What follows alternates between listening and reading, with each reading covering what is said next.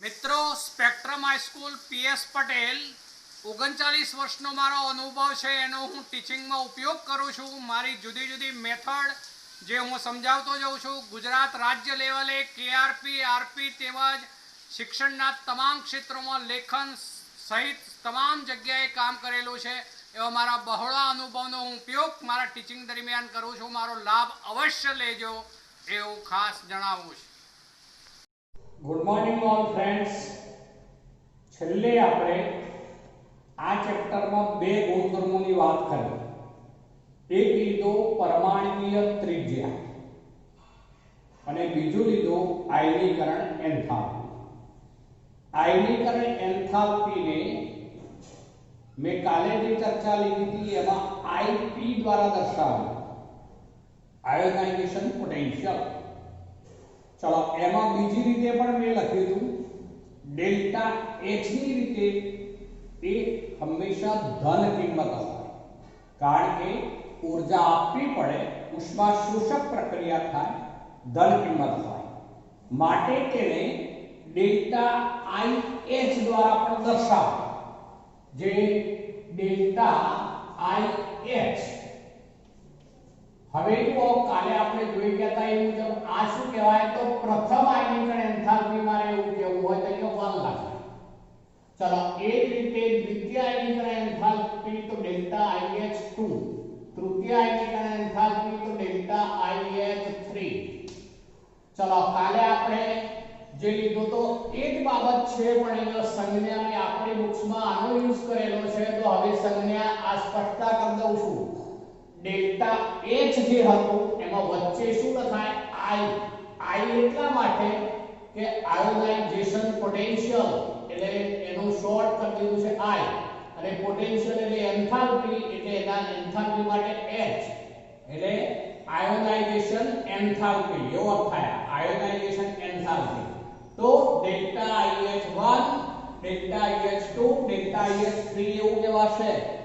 સૌથી ઓછું મૂલ્ય કોનું હોય તો ડેલ્ટા IH1 નું, એના કરતા ડેલ્ટા IH2 વધારે, એના કરતા ડેલ્ટા IH3 વધારે। બરોબર મિત્રો, કાલે આપણે જોઈ ગયા છે પ્રથમ આયનીકરણ એન્થાલ્પી હોય એટલે કે પહેલો ઇલેક્ટ્રોન દૂર કરવા સૌથી ઓછી ઊર્જા આપવી પડે, એના કરતા દ્વિતીય આયનીકરણ એન્થાલ્પી વધુ હોય, એના કરતા તૃતીય આયનીકરણ એન્થાલ્પી વધુ હોય, આ આપણે જોઈ ગયા છે।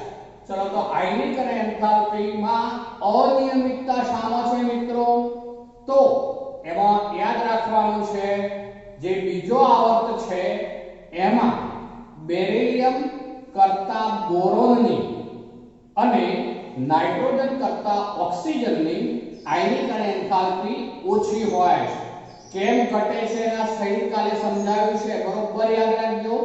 फरीथी एक बार बोलुं छुं, बीजा आवृत्तनी बात करिए तो एमा बेरिलियम करता बोरोन जे छे एनी आयनीकरण एन्थाल्पी जे छे ओછી छे अने ए ज रीते नाइट्रोजन करता ऑक्सीजन जे छे एनी आयनीकरण एन्थाल्पी जे छे ओછી छे।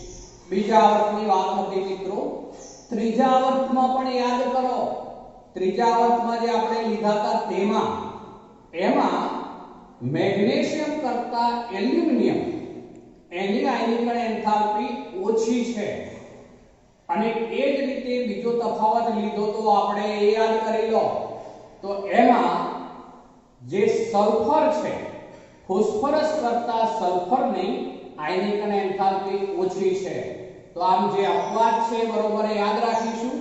ફરીથી એકવાર બોલી દઉં છું, બીજા આવર્તમાં जे ओછી आयनीकरण एन्थाल्पी क्रमबद्ध जे होय आम तो आम જોઈએ आयनीकरण एन्थाल्पी વધતી હોય પણ ઓછી શામાં હોય બીજા આવર્તમાં તો એક બેરિલિયમ કરતા બોરોન ની ઓછી, નાઇટ્રોજન કરતા ઓક્સિજન ની ઓછી। એ જ રીતે ત્રીજા આવર્તમાં ફરીથી એકવાર બોલું છું, મેગ્નેશિયમ કરતા જે એલ્યુમિનિયમ છે એની આયનીકરણ એન્થાલ્પી ઓછી છે અને એ જ રીતે ફોસ્ફરસ કરતા સલ્ફર જે છે तेनी आयनीकरण एन्थाल्पी ओછી છે, याद રાખીશું। चलो હવે આવું છે આપણે એક નવા ગુણધર્મ ઉપર જઈએ છે મિત્રો। પેલું આયનીકરણ એન્થાલ્પી ની વાત હતી, આ આયનીકરણ એન્થાલ્પી આગળ જોઈ ગયા છે એ આયનીકરણ એન્થાલ્પી। ગુણધર્મ ઉપર હું આવું છું, એને કહીશું ઇલેક્ટ્રોન પ્રાપ્તિ એન્થાલ્પી. ઇલેક્ટ્રોન પ્રાપ્તિ એન્થાલ્પી. ચલો બેમાં શું તફાવત છે બરોબર યાદ રાખીશું. ફરીથી હું આયનીકરણ એન્થાલ્પીનું સમીકરણ લખું છું એટલે તમને ખ્યાલ આવી જશે. એમાં આપણે x તત્વ લીધું હતું, વાયુમય તટસ્થ પરમાણુ. ચલો એમાંથી આપણે ઇલેક્ટ્રોનને દૂર કર્યો તો, ચલો એમાંથી ઇલેક્ટ્રોનને દૂર કર્યો તો એટલે x ઉપર પ્લસ ચાર્જ આવે, ગેસ ઇલેક્ટ્રોન દૂર કર્યો તો ત્યારે ડેલ્ટા IH એની કિંમત શું થાય, હંમેશા ઊર્જા આપવી પડે એટલે પોઝિટિવ હોય, એટલે એ પ્રક્રિયા કઈ કહેવાય તો ઉષ્મા શોષક. એ ઉષ્મા શોષક પ્રક્રિયા છે એવું કહેવાય. પણ હવે હું ઇલેક્ટ્રોન પ્રાપ્તિ એન્થાલ્પી ઉપર આવું છું. જો અહીંયા ટાઇટલમાં જ છે ઇલેક્ટ્રોન, આ ઇલેક્ટ્રોન -4. ચલો ઇલેક્ટ્રોન પ્રાપ્તિ એન્થાલ્પી ઉપર આવું છું તો ઇલેક્ટ્રોન પ્રાપ્ત કરે એવી બાબત છે મિત્રો. એટલે આ x વાયુમય તટસ્થ પરમાણુ છે એ જ્યારે એક ઇલેક્ટ્રોન મેળવે છે એટલે આ પ્લસ ઇલેક્ટ્રોન આ બાજુ આવે મિત્રો, ઇલેક્ટ્રોન મેળવે. ઇલેક્ટ્રોન મેળવે એટલે હંમેશા ઋણાયન બનવાનો, આ ઋણાયન બને ત્યારે જે ડેલ્ટા મળશે એ ડેલ્ટા હવે એ h જ છે એન્થાલ્પીમાં થતો ફેરફાર, પણ એને Eg સિમ્બોલ લાગે છે મિત્રો. Eg નો અર્થ થશે ઇલેક્ટ્રોન ગેઇન, એટલે ઇલેક્ટ્રોનમાં વધારો થવો. તટસ્થ પરમાણુ પાસે જેટલા ઇલેક્ટ્રોન હોય, હવે એ પરમાણુમાં ઇલેક્ટ્રોન દાખલ કરીએ એટલે ઇલેક્ટ્રોનમાં શું થયું, વધારો, એટલે ઇલેક્ટ્રોન ગેઇન શબ્દ છે એટલે Eg અને h એટલે તો એન્થાલ્પી. અહીંયા જે છે ડેલ્ટા IH એટલે આ આયોનાઇઝેશન એન્થાલ્પી એવો અર્થ થાય, જ્યારે આ ડેલ્ટા EGH એટલે ઇલેક્ટ્રોન પ્રાપ્તિ એન્થાલ્પી એવો અર્થ થશે. અહીંયા બરોબર ધ્યાન રાખીશું, આ પ્રક્રિયા દરમિયાન બંને વિકલ્પ ખુલ્લા છે. ડેલ્ટા EGH નું મૂલ્ય મોટા ભાગે ઋણ હોય મિત્રો, મોટા ભાગે શબ્દ મૂકું છું, મોટા ભાગે ઋણ હોય પણ કેટલાકમાં ધન પણ છે. હવે પેલામાં તો ફક્ત ધન જ હોય આયનીકરણ એન્થાલ્પી, પણ ઇલેક્ટ્રોન પ્રાપ્તિ એન્થાલ્પીમાં મૂલ્યો જે છે મોટા ભાગે ઋણ હોય. એવું કેમ બનશે મિત્રો? તો જ્યારે કોઈ પરમાણુ હોય એ પરમાણુમાં ઇલેક્ટ્રોન દાખલ કરીએ ત્યારે આવનાર ઇલેક્ટ્રોન જે છે કેન્દ્ર તરફ આકર્ષણ પામે, કેન્દ્ર દ્વારા આકર્ષણ પામે, કારણ કે કેન્દ્રમાં પ્રોટોન પ્લસ ચાર્જ, જ્યારે આવનાર ઇલેક્ટ્રોન -4, માટે આવનાર ઇલેક્ટ્રોન કેન્દ્ર દ્વારા આકર્ષણ પામે. એ આકર્ષણના કારણે ઊર્જા મુક્ત થાય. માટે મોટા ભાગે શબ્દ મૂકું છું તેમ છતાં ઇલેક્ટ્રોન પ્રાપ્તિ એન્થાલ્પીના મૂલ્યો ઋણ હોય, એટલે એ નેગેટિવ મોટા ભાગે શબ્દ વાપરીશું. નેગેટિવ મોટા ભાગે શબ્દ વાપરું છું, મોટા ભાગે. એટલે એ કઈ કહેવાય તો ઉષ્માક્ષેપક. પણ ક્યારે કેટલાક તત્વોમાં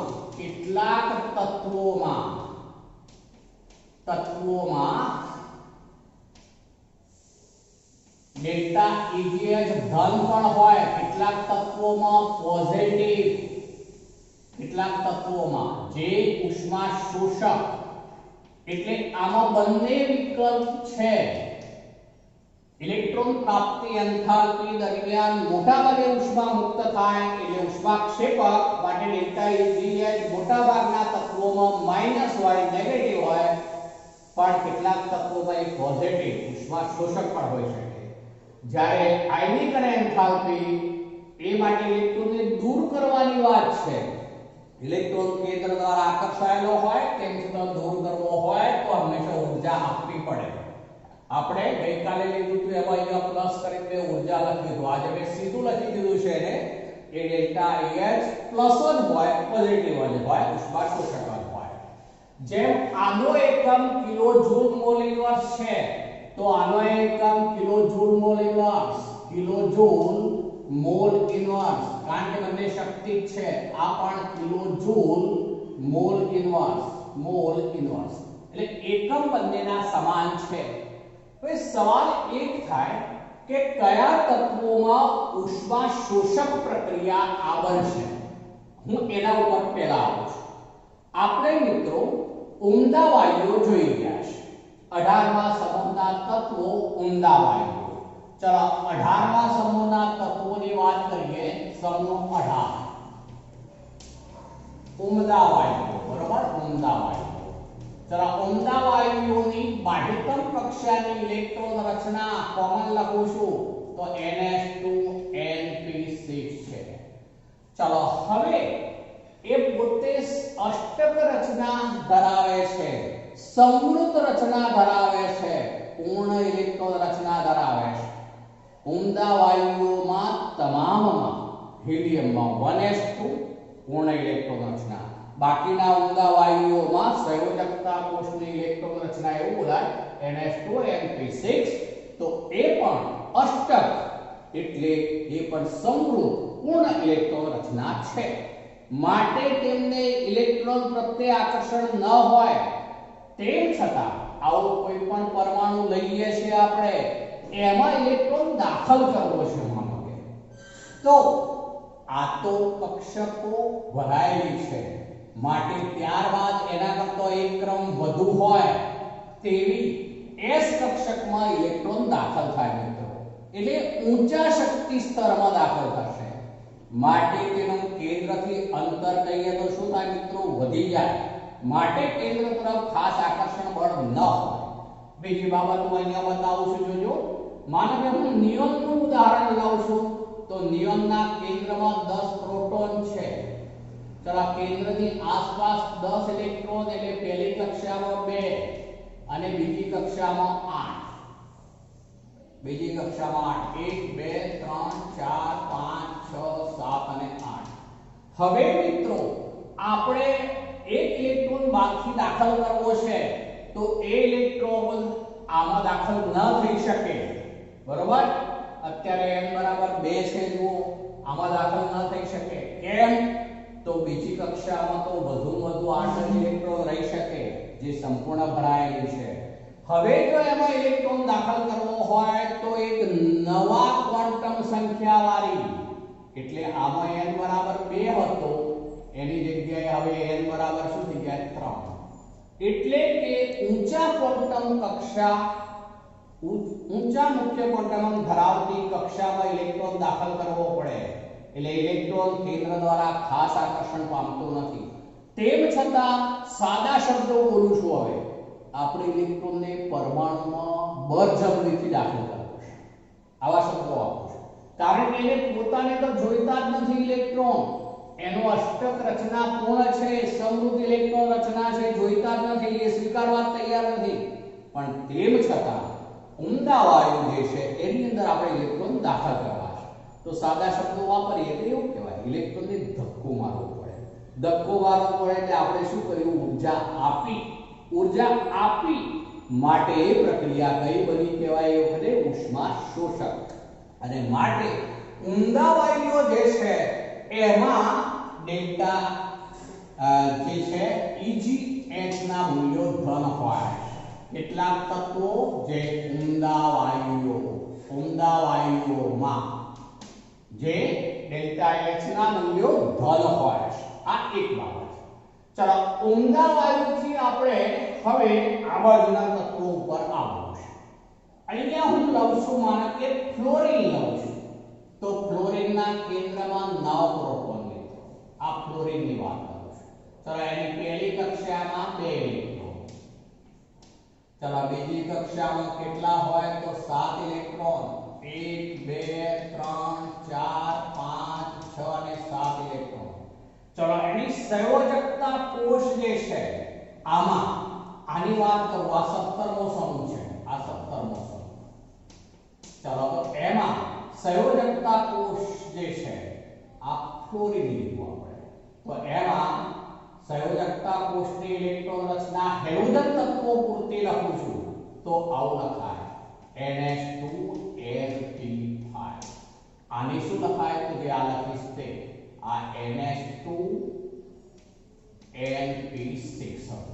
જ્યારે આમાં NH2NP5 એની સંયોજકતા કોષમાં આ ક્લોરીન લીધું છે મેં ના NH2NP5 ચલો એની સંયોજકતા કોષ જે છે એનો n બરાબર 2 છે n બરાબર 2 છે 1 2 3 4 5 6 7 ઇલેક્ટ્રોન છે હવે આવનાર ઇલેક્ટ્રોન જે છે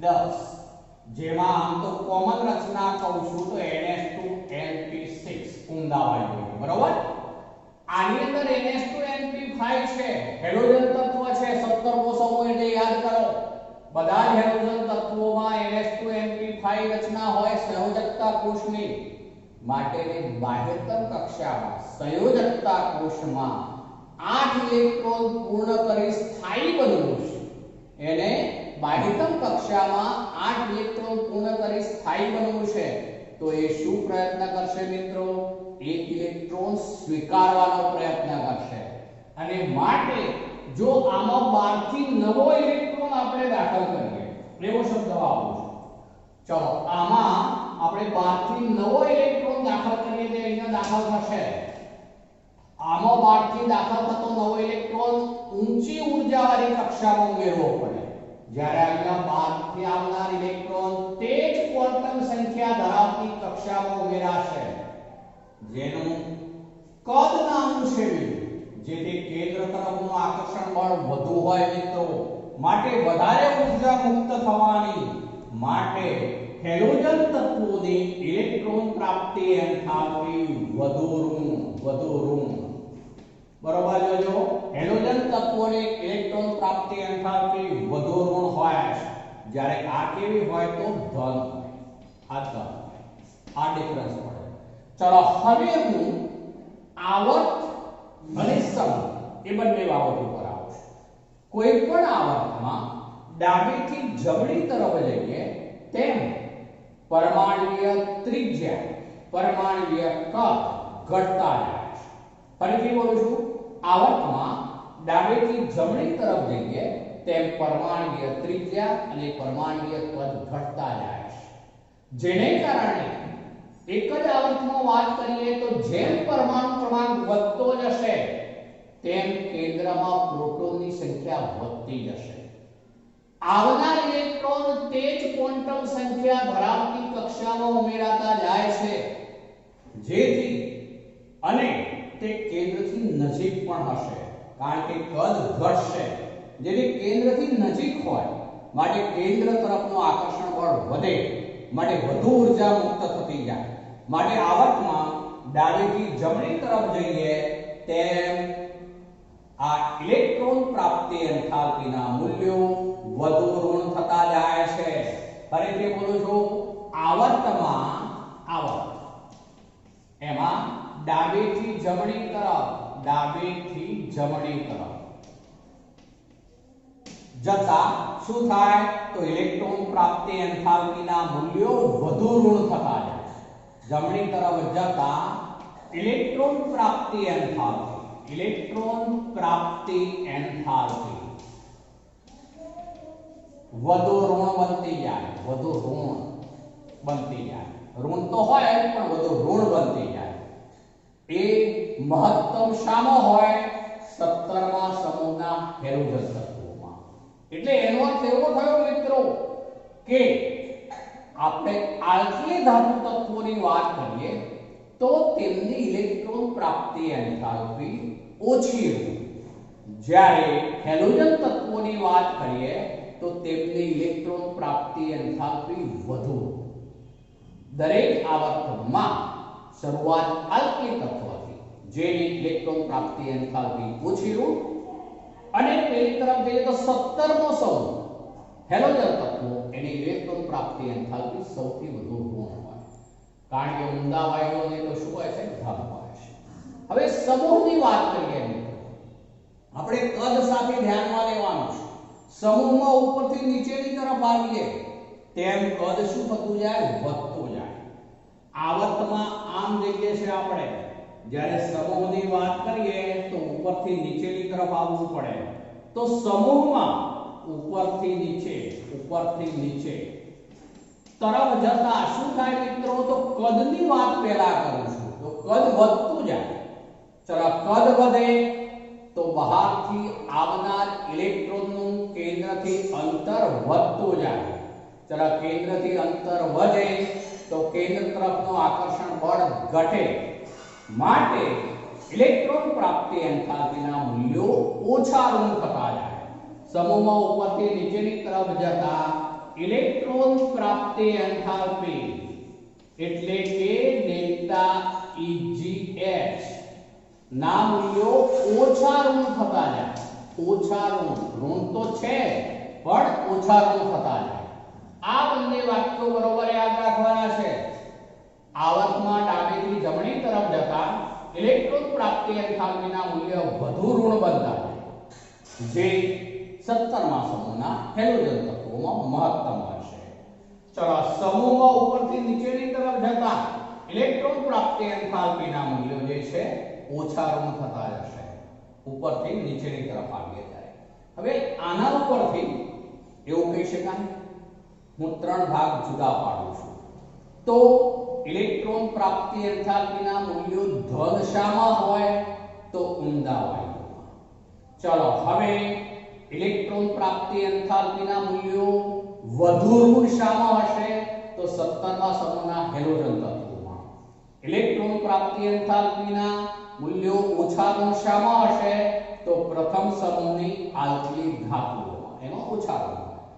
ડાબેથી જમણી તરફ એટલે અર્થ એવો થયો મિત્રો કે એક જ આવર્તના બે તત્વો હોય તો એમાં ડાબી તરફનું તત્વ હશે એની એન્થાલ્પી જે છે એની ઇલેક્ટ્રોન પ્રાપ્તિ એન્થાલ્પી એ ઓછી ઋણ હોય, જ્યારે જે જમણી તરફનું તત્વ હોય તેની ઇલેક્ટ્રોન પ્રાપ્તિ એન્થાલ્પી વધુ ઋણ હોય.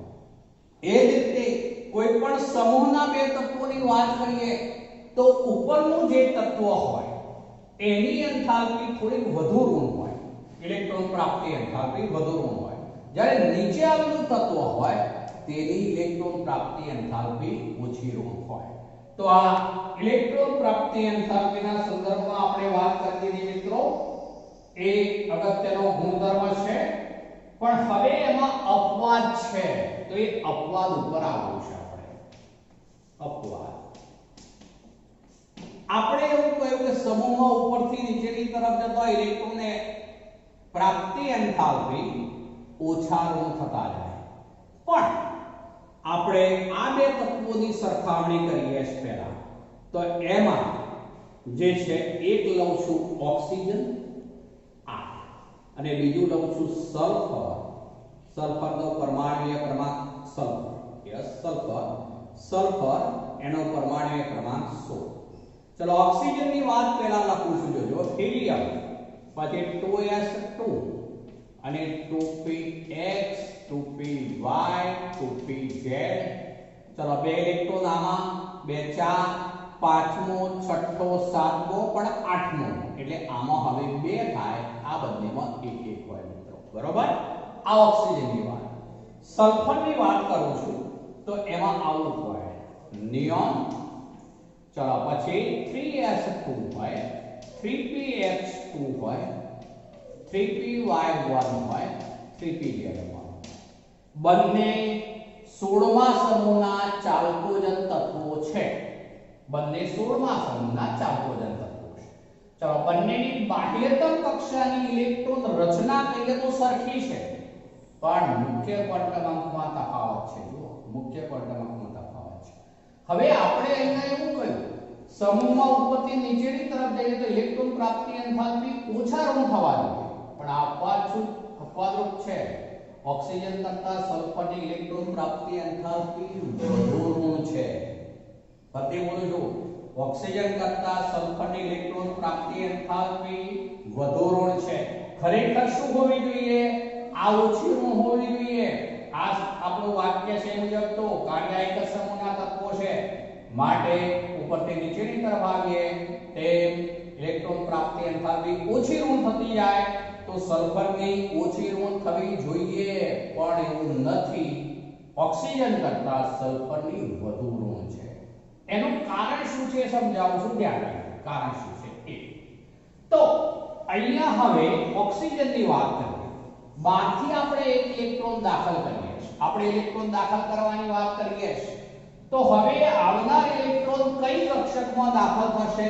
તો 2py માં. જુઓ બરોબર, આવનાર ઇલેક્ટ્રોન 2py માં દાખલ થાય. ચલો આમાં બહારથી ઇલેક્ટ્રોન દાખલ કરીએ આપણે. તો એ ઇલેક્ટ્રોન શામાં દાખલ થવાનો? તો એ દાખલ થશે 3py. બરોબર, ડિફરન્સ સમજ્યો. આ ઇલેક્ટ્રોન આપણે દાખલ કરીએ છીએ, બીજો વધારાનો બહારથી ઉમેરીએ છીએ. હવે પેલામાં 2py માં ઇલેક્ટ્રોન દાખલ થાય. મુખ્ય ક્વોન્ટમનું મૂલ્ય નાનું છે ત્યારે એનું કદ નાનું છે. મુખ્ય ક્વોન્ટમનું મૂલ્ય નાનું છે અને કદ નાનું છે. કદ નાનું હોવાને કારણે આ ઇલેક્ટ્રોન અને આ આવનાર ઇલેક્ટ્રોન એ બે વચ્ચે અપાકર્ષણ વધુ થાય છે. ફરીથી બોલું છું, આ બીજી કક્ષા એની p કક્ષક, એમાં એક ઇલેક્ટ્રોન છે. બહારથી આવનાર ઇલેક્ટ્રોન આ 2py માં દાખલ થાય છે, જેને કારણે આવનાર ઇલેક્ટ્રોન અને મૂળ ઇલેક્ટ્રોન વચ્ચે અપાકર્ષણ વધુ હોય છે. માટે ઓક્સિજન જે છે એ ઇલેક્ટ્રોન આ રીતે આમાં મેળવવાનું જલ્દી પસંદ ન કરે એવું કહેવાય. માટે આ દરમિયાન ઓછી ઊર્જા મુક્ત થાય છે. વધુ મુક્ત થવી જોઈતી હતી પણ ઓછી મુક્ત થાય છે. માટે ઓક્સિજનની ઇલેક્ટ્રોન પ્રાપ્તિ એન્થાલ્પી જે છે એ સલ્ફર કરતા ઓછી હોય છે. સલ્ફર કરતા ઓછી. આમાં કેમ? એની સાપેક્ષમાં વધારે એ પણ. અહીંયા આવનાર ઇલેક્ટ્રોન 3py માં દાખલ થશે. આમાં એક ક્વોન્ટમ અંક વધ્યો. ચલો મિત્રો, જેમ ક્વોન્ટમ અંક વધે તેમ ઇલેક્ટ્રોનનું શું થાય? કેન્દ્રથી અંતર વધતું જાય, કદ મોટું થતું જાય. આનું કદ મોટું છે, જેને કારણે આ એનો પોતાનો ઇલેક્ટ્રોન અને આવનાર ઇલેક્ટ્રોન વચ્ચે અપાકર્ષણ તો થશે પણ એ ઓછા પ્રમાણમાં થાય છે. ફરીથી એક વાર બોલું છું, મુખ્ય ક્વોન્ટમ અંક આમાં 2 જ્યારે આમાં 3. મુખ્ય ક્વોન્ટમ અંક વધુ હોવાને કારણે તેનું કદ મોટું હોય. કદ મોટું હોવાને કારણે આવનાર ઇલેક્ટ્રોન અને મૂળ ઇલેક્ટ્રોન વચ્ચે અપાકર્ષણ ઓછું થશે. માટે ઇલેક્ટ્રોન સરળતાથી સ્વીકારી વધારે ઊર્જા મુક્ત કરશે. માટે સલ્ફરની જે છે એ વધુ ઋણ છે. સલ્ફરની વધુ ઋણ. ધ્યાન રાખજો, ઓક્સિજનની જે છે ઓછી ઋણ. ઓક્સિજનની ઓછી ઋણ. ચલો આ બે વાત તો ધ્યાનમાં રાખીશું. એવું જ બીજા બે તત્વોની સરખામણી કરું છું જે ખૂબ અગત્યની. એ પણ તો એમાં ફ્લોરિન લઈએ છીએ આપણે અને ક્લોરીન લઈએ છીએ. ફ્લોરિન 17 પરમાણુ ક્રમાંક, ફ્લોરિન 9 પરમાણુ ક્રમાંક, જ્યારે ક્લોરીન 17. ચલો આની અંદર લઈએ તો આમાં શું આવ્યું? તો હિલિયમ. ચલો પછી 2s2, 2px માં 2 હોય, 2py માં 2 હોય અને 2pz માં 1 હોય. ચલો ક્લોરીન ની વાત કરીએ તો એમાં આવું થાય નિયોન. ચલો પછી થશે 3s2, પછી 3px માં 2 હોય મિત્રો, 3py માં 2 હોય, 3pz માં 1 હોય. ચલો હવે આના અનુસંધાનમાં બોલું છું, જોજો, ધ્યાન રાખજો. અહીંયા આપણે આવનાર ઇલેક્ટ્રોન જે છે એ કઈ કક્ષકમાં દાખલ થશે? તો 2pz માં. જુઓ બરોબર, 2pz માં દાખલ થાય. અહીંયા આવનાર ઇલેક્ટ્રોન એ શામાં દાખલ થવાનો? તો 3pz માં. 3pz માં દાખલ થાય. 2 ક્વોન્ટમ અંક, 3 મુખ્ય ક્વોન્ટમ અંક વધે તેમ જે કક્ષક છે એનું કદ મોટું થાય. કક્ષાનું કદ મોટું થાય, કક્ષકનું કદ મોટું થાય. માટે આવનાર ઇલેક્ટ્રોન જે છે, આવનાર ઇલેક્ટ્રોન અને આ જે મૂળ ઇલેક્ટ્રોન છે, મૂળ ઇલેક્ટ્રોન એમની વચ્ચે અપાકર્ષણ ઓછું થાય છે. થાય છે તો અપાકર્ષણ, પણ અપાકર્ષણ ઓછું થાય છે, જેથી આ સરળતાથી ઇલેક્ટ્રોન સ્વીકારશે. માટે ક્લોરીનની ઇલેક્ટ્રોન પ્રાપ્તિ એન્થાલ્પી વધુ ઋણ. ક્લોરીનની ઇલેક્ટ્રોન પ્રાપ્તિ એન્થાલ્પી વધુ ઋણ તેની સાપેક્ષમાં ફ્લોરિન માટે આવનાર ઇલેક્ટ્રોન 2pz માં દાખલ થવાનો. આનો મુખ્ય ક્વોન્ટમ નાનો છે માટે આવનાર ઇલેક્ટ્રોનનું જે છે એ અને આ મૂળ ઇલેક્ટ્રોન વચ્ચે અપાકર્ષણ વધુ થાય છે. કારણ એ કે મુખ્ય ક્વોન્ટમ નાનો હોવાથી કદ નાનું છે, કક્ષકનું કદ નાનું છે, જેને કારણે આવનાર ઇલેક્ટ્રોનનું કેન્દ્ર આવનાર ઇલેક્ટ્રોન અને મૂળ ઇલેક્ટ્રોન વચ્ચે અપાકર્ષણ વધુ થાય છે. અપાકર્ષણ વધુ થાય એટલે ઓછી ઊર્જા મુક્ત થાય, એટલે એ શું કહેવાય? ઓછું ઋણ. ઓછું ઋણ. આ બે અપવાદ છે, બરોબર યાદ રાખીશું. જનરલી સમૂહમાં ઉપરથી નીચેની તરફ આવીએ તેમ ઇલેક્ટ્રોન પ્રાપ્તિ એન્થાલ્પી ઓછા ઋણ થતા જાય, બરોબર છે. તો ઓક્સિજન કરતા સલ્ફરની ઓછી ઋણ હોવી જોઈએ, એની જગ્યાએ વધુ ઋણ છે. એ જ રીતે હેલોજન સમૂહમાં ફ્લોરિન ક્લોરિન તો આના કરતા નીચું છે માટે ઓછું ઋણ હોવું જોઈએ, પણ એની ઇલેક્ટ્રોન પ્રાપ્તિ એન્થાલ્પી વધુ ઋણ છે. કારણ શું? તો બંનેમાં જે સલ્ફર અને ક્લોરિનની વાત સાથે લઉં છું, સલ્ફર અને ક્લોરિનમાં આવનાર ઇલેક્ટ્રોન ત્રીજા ક્વોન્ટમ સંખ્યા ધરાવતી 3p કક્ષક, કોમન બોલું છું હવે, 3p કક્ષકમાં ઉમેરાય છે ત્યારે આવનાર ઇલેક્ટ્રોન અને મૂળ ઇલેક્ટ્રોન વચ્ચે અપાકર્ષણ ઓછું થાય છે, માટે સરળતાથી ઇલેક્ટ્રોન સ્વીકારશે, માટે સલ્ફર અને ક્લોરિન વધુ ઊર્જા મુક્ત કરશે, માટે તે વધુ ઋણ છે બંનેમાં, સલ્ફર અને ક્લોરિનમાં. જ્યારે ઓક્સિજન અને ક્લોરિનની વાત છે તો એમાં મુખ્ય ક્વોન્ટમ નાનો છે. મુખ્ય ક્વોન્ટમ નાનો હોવાને કારણે કદ નાનું હોવાનું, કક્ષકનું કદ નાનું હોવાનું, કક્ષાનું કદ નાનું હોવાનું, જેને કારણે આવનાર ઇલેક્ટ્રોન અને મૂળ ઇલેક્ટ્રોન વચ્ચે અપાકર્ષણ વધુ થાય છે અને માટે એમાં ઓછી ઊર્જા મુક્ત થવાની, માટે એમાં ઇલેક્ટ્રોન પ્રાપ્તિ એન્થાલ્પી ઓક્સિજન અને ફ્લોરિનમાં તે જ સમૂહના સલ્ફર અને ક્લોરિન કરતા ઓછી ઋણ હોય છે. હવે એનો અર્થ એવો થયો મિત્રો કે આપણે હેલોજન તત્વો પૂરતી ઇલેક્ટ્રોન પ્રાપ્તિ એન્થાલ્પીનો ક્રમ બનાવવો છે. કોનો? હેલોજન પૂરતું વાત કરું છું, ધ્યાન રાખજો. તો ક્રમ આવો બને: Cl is greater than fluorine is greater than bromine is greater than iodine. આ ક્રમ બરોબર યાદ રાખીશું. નેટ જેડબલઈ માં આવા પ્રશ્નો પૂછાય છે મિત્રો, પણ જેની સમજૂતી આના ઉપરથી જ છે. Cl is greater than F is greater than Br is greater than I. તો આપણે ઇલેક્ટ્રોન પ્રાપ્તિ એન્થાલ્પીના સંદર્ભમાં આ વાત કરી દીધી મિત્રો. હવે કોયડો છે એના ઉપર જઈએ છે. એ કોયડો 3.7 છે. કોયડો 3.7. તમે એમાં આવું પૂછ્યું છે: ફોસ્ફરસ, પછી સલ્ફર, ચલો પછી ક્લોરિન અને ફ્લોરિન, આટલા તત્વો આપેલા છે. માં કોની ઇલેક્ટ્રોન પ્રાપ્તિ એન્થાલ્પીનું મૂલ્ય સૌથી વધુ ઋણ અને કોનું સૌથી ઓછું ઋણ? ચલો સૌથી વધુ ઋણ કોનું હશે કહો હવે. તો પહેલી તો એક વાત કે હેલોજન તત્વોનું વધુ ઋણ હોય. ચલો એમાં પણ આપણને બે હેલોજન તત્વો આપેલા છે, ફ્લોરિન આપ્યું છે અને ક્લોરિન આપેલું છે. તો આપણે આ જોઈ ગયા કોનું વધુ ઋણ છે? ક્લોરિન.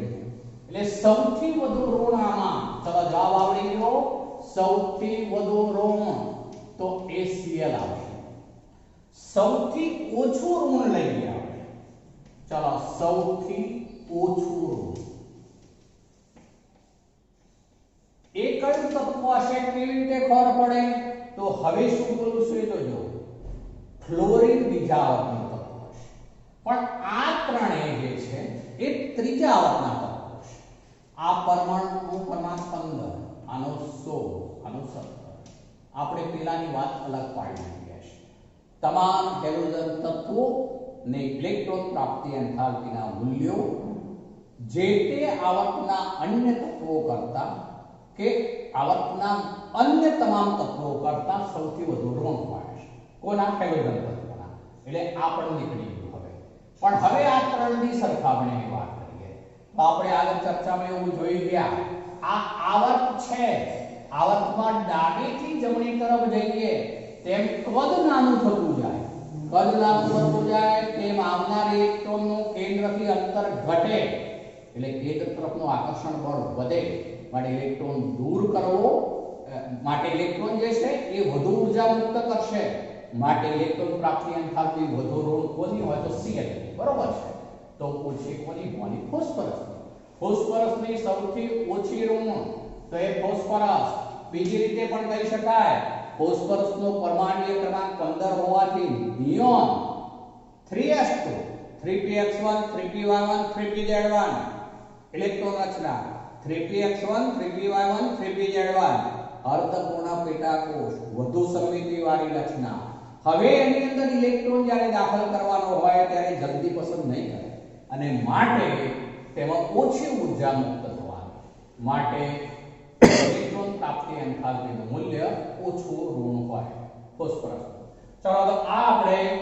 ઇલેક્ટ્રોન પ્રાપ્તિ એન્થાલ્પીની વાત કરી મિત્રો હવે બીજો એક ગુણધર્મ છે વિદ્યુત ઋણતા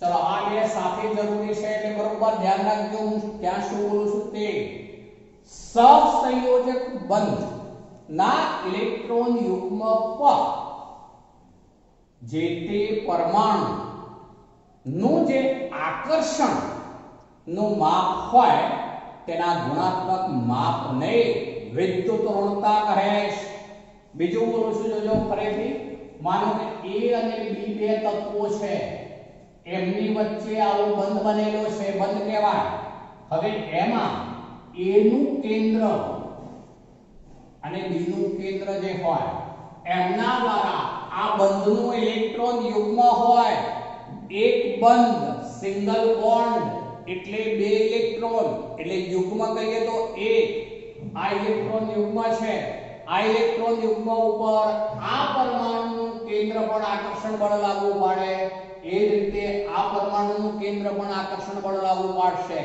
જેને કારણે આ ઇલેક્ટ્રોન યુગ્મ દ્વારા હવે ફરીથી બોલું છું સહસંયોજક બંધના ઇલેક્ટ્રોન યુગ્મ પર જે તે પરમાણુઓના કેન્દ્ર દ્વારા લાગુ પડતા આકર્ષણ બળને વિદ્યુત ઋણતા કહે છે મિત્રો વિદ્યુત ઋણતા હંમેશા સાપેક્ષમાં જ વપાય બે તત્વોના પરમાણુઓ જોડવા જ પડે ત્યારે એકની સાપેક્ષમાં બીજાની વિદ્યુત ઋણતા વધુ છે બીજાની સાપેક્ષમાં પહેલાની વિદ્યુત ઋણતા ઓછી છે એવું કહી શકાય એટલે વિદ્યુત ઋણતાનું નિરપેક્ષ મૂલ્ય માપી શકાતું નથી જેમ આ બંને આયનીકરણ એન્થાલ્પી છે કે ઇલેક્ટ્રોન પ્રાપ્તિ એન્થાલ્પી છે એમના નિરપેક્ષ મૂલ્યો માપી શકાય છે માટે એમના એકમ આપણે કિલો જૂલ મોલ ઇન્વર્સ લીધા હતા જ્યારે અહીંયા જે છે વિદ્યુત ઋણતા એ સાપેક્ષ મૂલ્ય મળે અન્ય તત્વના પરમાણુની સાપેક્ષમાં જોડાયેલા બીજા પરમાણુ દ્વારા કેન્દ્રમાંના બીજા પરમાણુ દ્વારા સહસંયોજક બંધના ઇલેક્ટ્રોન યુગ્મ પર લાગુ પડતું આકર્ષણ બળ એને વિદ્યુત ઋણતા કહેવાય શરૂઆતમાં વિદ્યુત ઋણતા માટે કેટલાક માપક્રમ રજૂ થયા એમાં અમેરિકન વૈજ્ઞાનિક પાઉલિંગનો માપક્રમ એ ઉપરાંત બીજો એક રજૂ થયો હતો મુલેકદ જાફે માપક્રમ ત્રીજો એક માપક્રમ રજૂ થયો હતો ઓલરેડ રોચો આવા ત્રણ માપક્રમ રજૂ થયા હતા પણ એમાંથી અત્યારે આપણે પાઉલિંગ માપક્રમનો ઉપયોગ કરીએ છીએ પાઉલિંગ માપક્રમમાં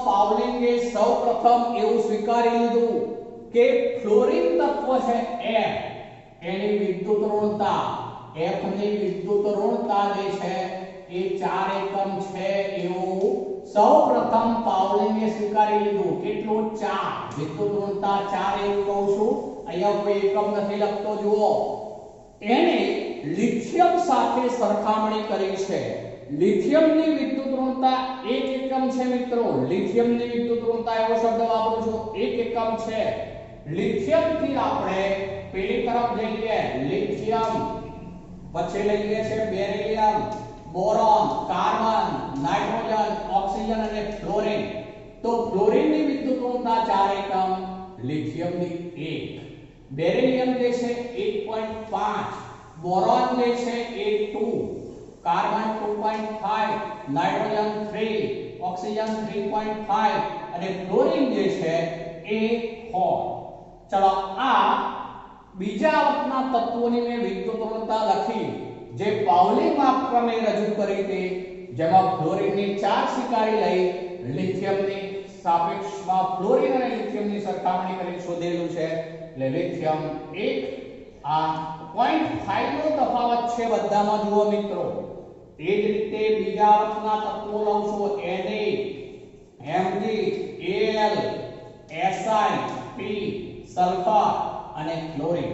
ચલો આમાં જે છે એ 0.9, આમાં 0.3 વધારતા જવાનું, 1.2 પછી 1.5, 1.8, ચલો 2.1 પણ પછી અહીંયા 4 નો વધારો છે એટલે 2.5 છે અને પછી ક્લોરીન છે તો એની અંદર જે છે એ આમાં ફરીથી જે છે એ 5.5 નો વધારો છે.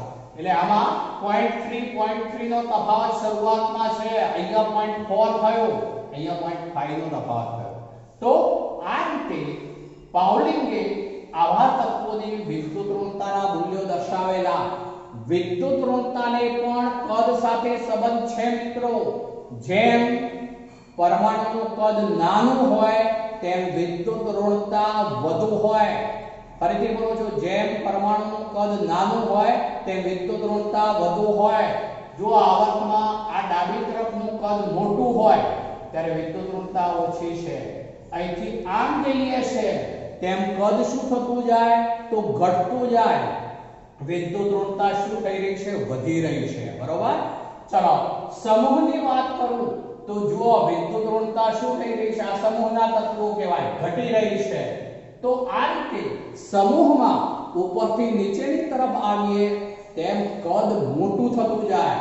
કદ મોટું થતું જાય, પરમાણુય ત્રિજ્યા વધતી જાય તેમ વિદ્યુત ઋણતા જે છે ઘટતી જાય. તો આમ પરમાણુય ત્રિજ્યા અને વિદ્યુત ઋણતા બે વચ્ચે વ્યસ્ત સંબંધ. પરમાણુય ત્રિજ્યા અને વિદ્યુત ઋણતા વચ્ચે કયો સંબંધ? તો વ્યસ્ત સંબંધ છે. વ્યસ્ત સંબંધ. જો કે આ સંબંધ આપણે તમામ માટે લાગુ પાડી શકીએ. આયનીકરણ એન્થાલ્પી, વિદ્યુત ઋણતા, ઇલેક્ટ્રોન પ્રાપ્તિ એન્થાલ્પી ત્રણેય માટે અહીંયા આપણે લઈ શકીએ કે પરમાણુ ત્રિજ્યા કરતા એ વ્યસ્ત હોય છે. કોમન બોલું છું. હવે આપણે 4 ગુણધર્મો જોઈ ગયા એમાં.